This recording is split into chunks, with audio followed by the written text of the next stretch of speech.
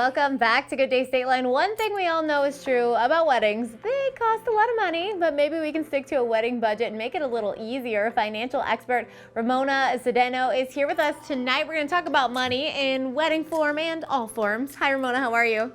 Good. How are you? Thank you for having me. Good. So I know I hate to say it's still the new year vibe in our minds, but a little bit. We're still trying to make the best choices for 2022. And a lot of people are planning big events like a wedding.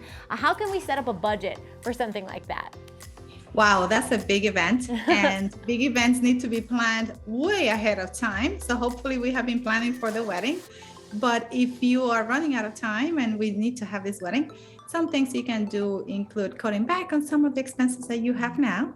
Try to find ways to reduce your expenses, share expenses with family members where you can, all spend a little less.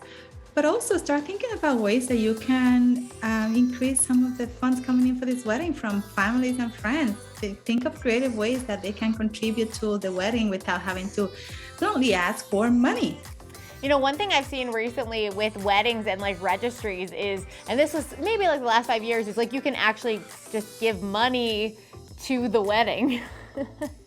Yes, I think nowadays everyone kind of expects that you're going to be smart about money and about where your money goes. So it's okay to say, in lieu of gifts, we prefer that you help us fund the wedding, or just find ways to, in a nice way, suggest that instead of gifts you prefer cash or gift cards. And I think that would be able to support part of the cost. But also after the wedding, there are a lot of expenses that come, so don't only think about the day of.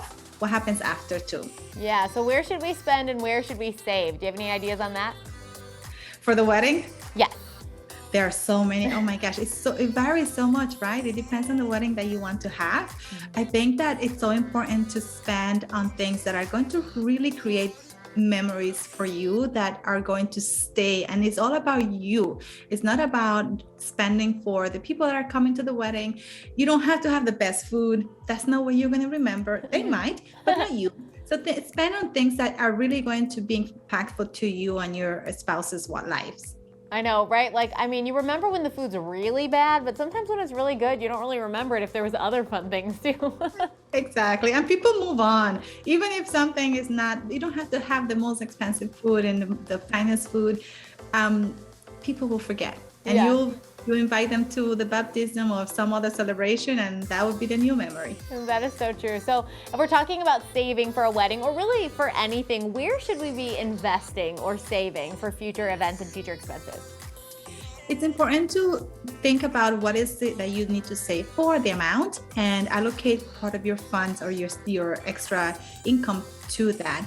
And you can accumulate this in a money market account, or sometimes if you're savvy from an investment point of view, you can invest in the stock market, but you have to be careful, of course, and especially nowadays.